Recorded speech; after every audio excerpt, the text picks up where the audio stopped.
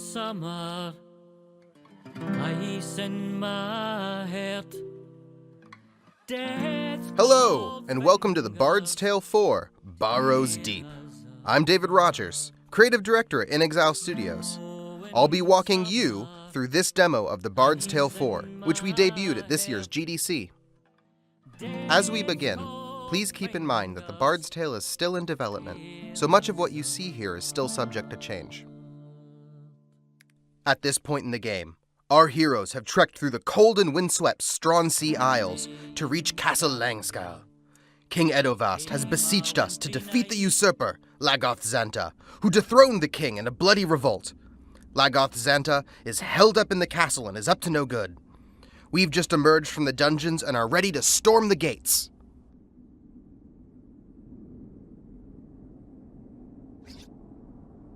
Our party is comprised of the heavily armored dwarven fighter, Dalgleish, the bard Fiona, who can drink mystical booze to power her bardic songs, and the magical practitioner, the Green Lady, who might seem frail, but can unleash devastating arcane attacks. Let's be on our way. Langscar's ahead. How about a rhyme, lass, to lift our spirits? Well, I'll do my best.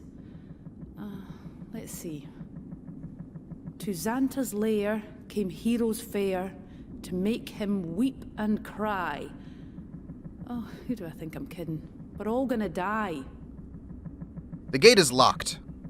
Looks like we can fiddle with these old cogs to complete the gear and open the gate.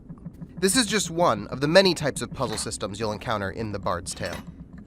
We use puzzles to lock doors, hide secrets, and disarm traps. Some puzzles like this one block your path, while many others are used to hide secret rooms filled with treasure or alternate routes. With this puzzle solved, I think we're ready to move on.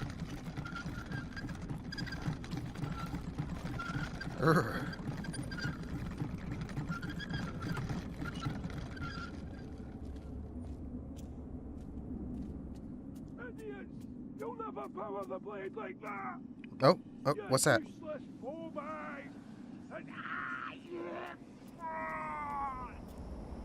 What wickedness is this? I don't know, Fiona. Let's murder our way to an answer.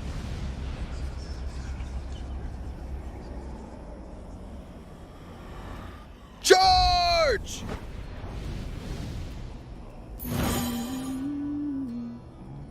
I am ready! Combat in the Bard's Tale is turn-based, and takes place on a 4x4 grid. In this demo, you've got 4 opportunity points to spend each turn, which are shared across your entire party. You spend opportunity to activate abilities. Woodsman's Chop here costs 1 opportunity and will deal 7 physical damage to the first enemy within 2 spaces. Next, let's select the Green Lady.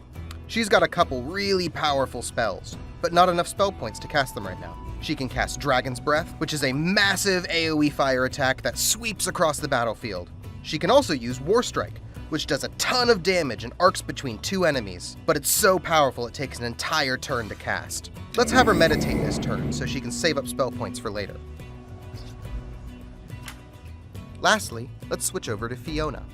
Fiona's got a Shillelagh, which grants her the ability Head Knocker. Head Knocker deals mental damage, which cuts straight through enemy armor and can also be used to disrupt some enemy abilities. Fiona's got a few magical songs, but she'll have to get a little drunk to play them. She can use Falcontine's Fury, which causes all enemies to take bonus damage, and Wayland's Watch, which is a massive enemy strength debuff. With only 1 enemy left on the battlefield, let's get a little drunk so that we can be ready for those cultists in the background that are sure to join the fray. Down the hatch. Blood is the only true.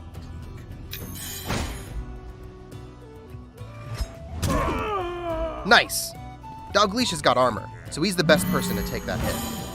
Armor's pretty straightforward. It reduces 1 physical damage per point of armor. If you have 5 armor, you ignore 5 physical damage on every attack.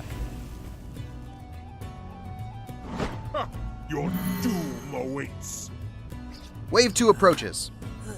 Green Lady's now bursting with magic. Let's try her AoE ability, Dragon's Breath. I'll move her up so she can hit both of those enemies in the back.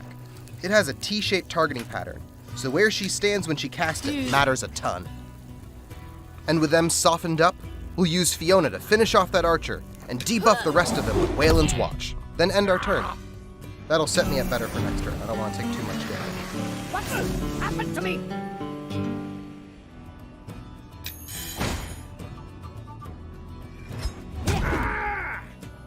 Oh, that's not so bad. Between Dalglish's armor and Fiona's debuff, Dalglish took 0 damage. Oh, and Fiona has just a scratch. Nice. That's the on fire status effect triggering.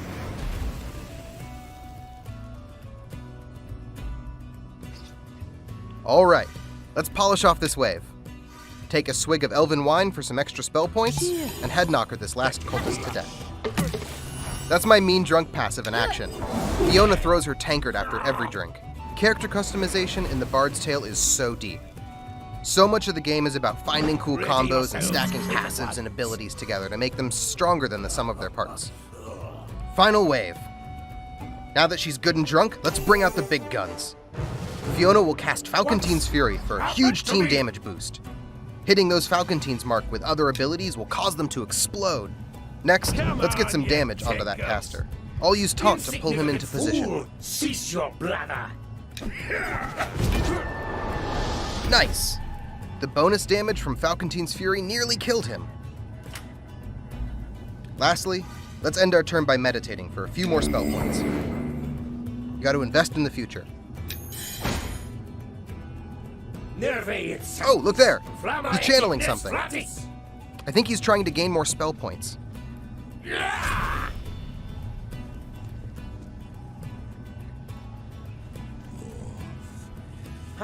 We're almost ready to finish this. Let's start by moving into position for a War Strike. It's 29 damage, which should be more than enough. War Strike will take a turn to cast. And I think I can finish this group off if I'm smart about my moves. They're channeling. Fiona has special boots that let her move further than normal. I can get her into position to one-shot that cultist. Then I'll have Dalglish polish off this caster. Some magic users will explode when they're killed. You can use that to set up chain reactions. Alright, let's end my turn and let War Strike finish the job.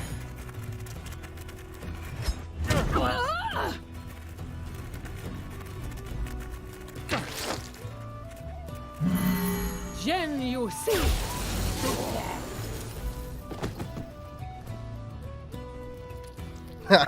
I love watching them twitch.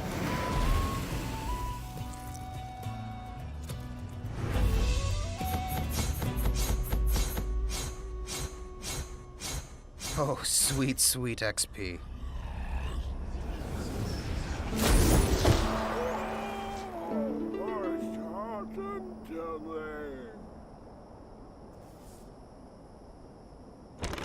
Aha! Booty! What have we got here? They have some gems. Sacrificial dagger. Yeah, that makes sense. Oh, hey, a journal. Let's take a look at that. Curse these cunning elven smiths and their impenetrable metaphors. What is this verse on the pommel supposed to mean? Looks like they're studying something. It's probably related to that fellow over there.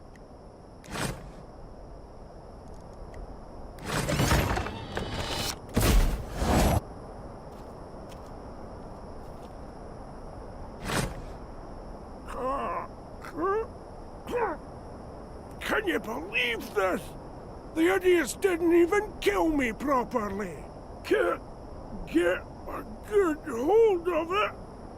Oh, I'd give my right eye for her. What are you looking at?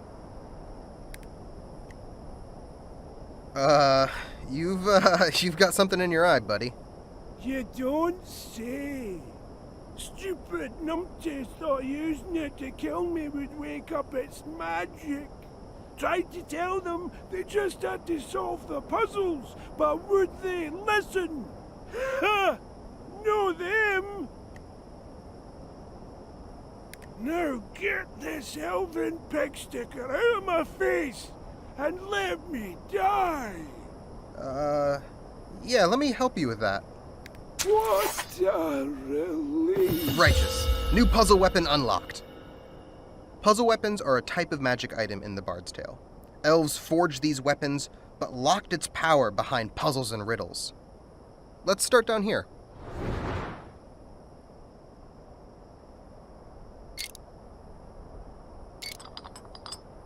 Thy violet hue doth pride imbue, while spiky head fills foes with dread.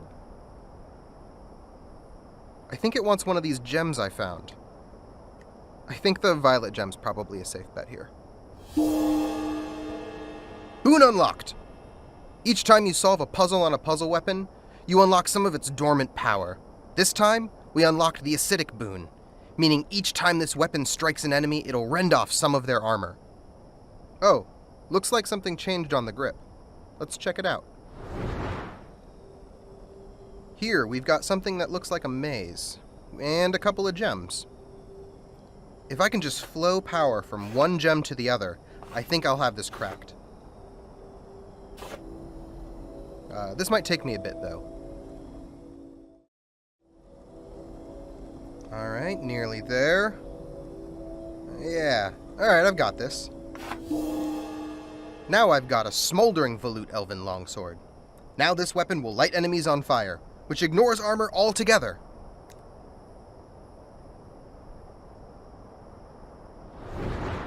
Looks like we've got one more puzzle on this weapon, though. Sick and tired of endless squabbling? For sweet relief, just kill a goblin. Seems pretty straightforward. Let's keep our eyes peeled for some goblins. Alright, let's equip this weapon. This smoldering elven longsword grants 2 abilities, Sundering Smash and Sweeping Slash.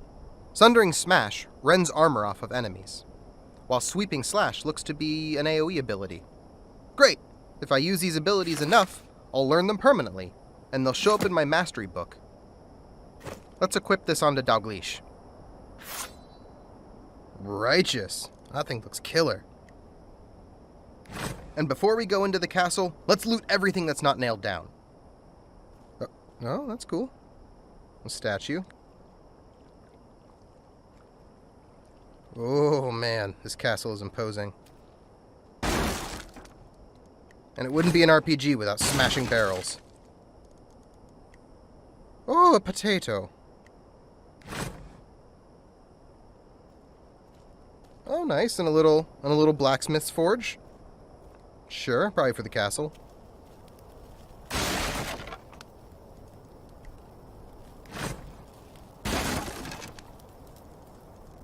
Oh, and some haggis, the most Scottish of food. Speaking of, looks like I took a little damage. Let's have some haggis. Each time you eat food, it heals your entire party. You always want to make sure you enter a dungeon prepared with provisions.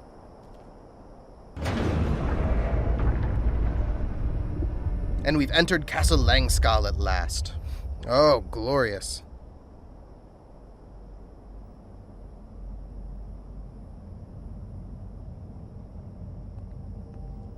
Oh, interesting. Wonder what those are for. Oh, cool, another book. Elven weapon lore.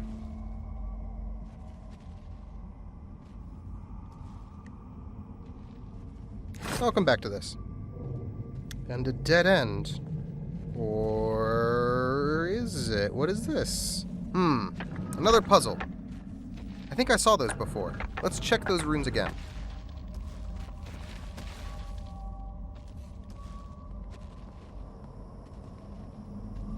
Yeah, definitely what I saw earlier. I think I've got it. Looks like the symbols on the blocks, just sideways.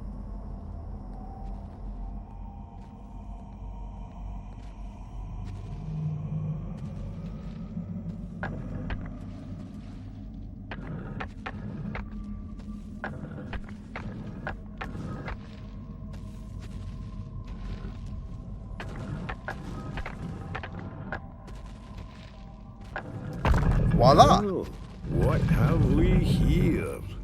It must be my birthday. Oh, a chest. Let's see what goodies we have in here.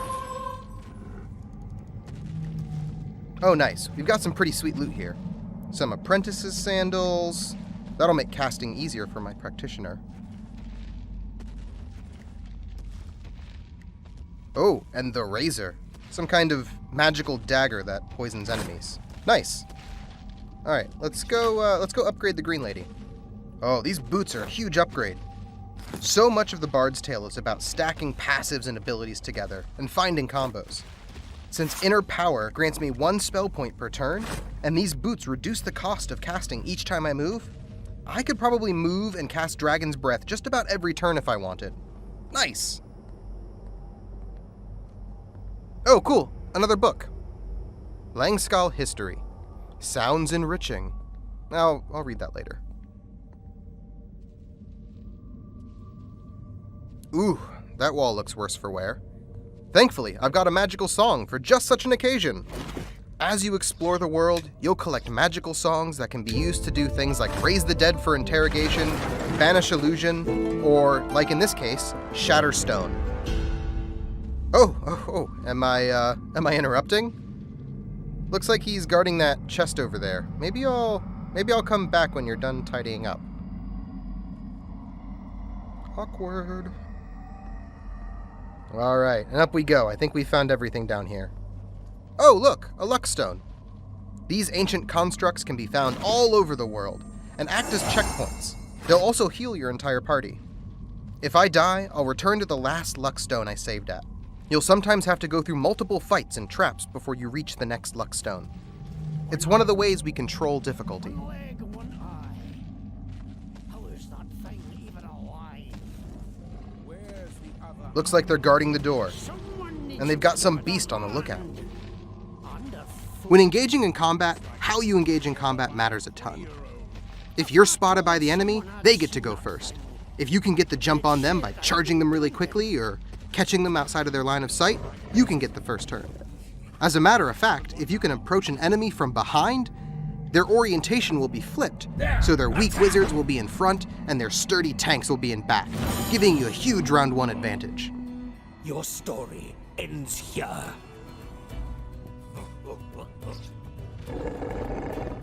Out of my way. Alright, so I've got to watch out I'm right here. here, If Ashawn is fool. focusing on an attack, it's going to take 1 whole turn for him to execute it. I either need to dive out of the way or break his focus with mental damage. Alright, let's jump out of the way and get some damage onto this archer.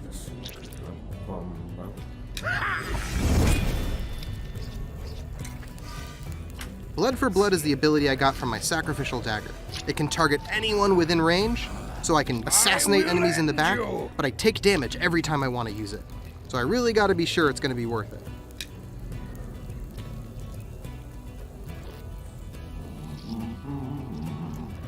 Get this archer in the back row. Take him out. You shall die. Nice. I'll trade 4 damage for that. And let's chug a little trow squeezins. When chugging, I can choose from an entire array of mystical boozes. Each one does something a little different. Some get me more drunk, some get me more spell points, or some alter how my attacks work, like causing knockback or mental damage. Oof, close call. If anyone were to be standing in that, they'd probably be dead right now. And that priest started chanting. He's gonna start generating spell points. I don't want to let him do that. That's me then.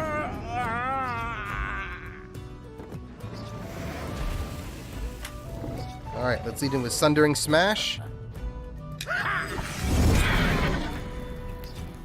See right there? He was lit on fire from the puzzle weapon build.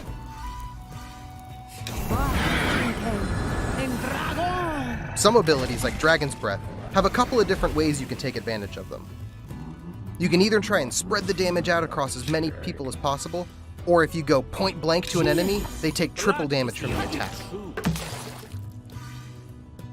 Fiona, put him down.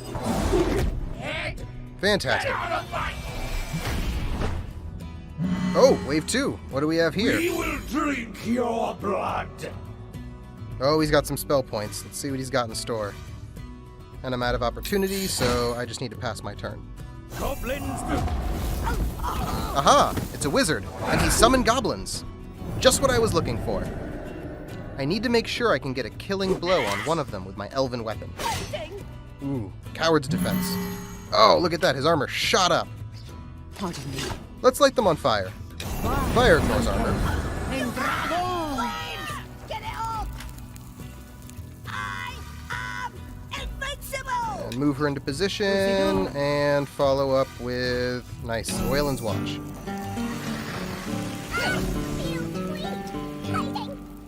Finish him off with a head nod. Taunt is so useful. It's not just good for controlling where enemies put their damage, but you can also take enemies like the wizard and pull them out of position. You can prey on his insecurities and force him to charge forward recklessly. Without the goblin guarding him, I can get a straight attack directly into him. Stand aside! He retreated behind his minions. That'll make him a little bit harder to hit. Oh, and Taunt's on cooldown, so can't pull that trick again. I'll have to cut through his allies. Fire!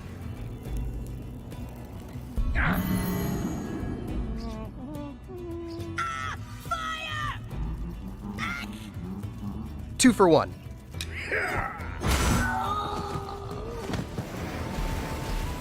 Oh, you are worse for wear. Dogleash is holding on to a bundle of potions, and he can throw them to anyone in the party. Out of Practitioner, Bard, Rogue, and Fighter, none of them come out the gate as your default healing battery. But you can teach any of them to craft, and then let them hold on to your potions, and you can throw them around to your allies. What's happened to me? Alright.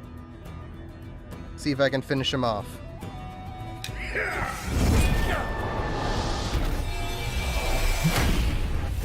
Boom! Did it! Whew. 205 XP. Not bad.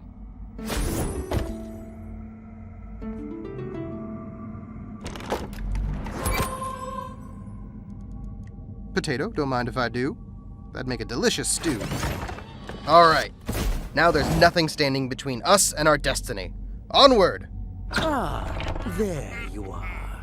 No! You are the assassins who killed Mangar, yes? And you have my reliquary. Well, no matter. I am a planner, a thinker. I have prepared for your arrival. Eodvast's ancestors fitted this throne room with a way of taking care of petitioners who displeased them. Uh-oh. Something's coming. Look at them all! How many of them are there? I stopped counting when I got to 99.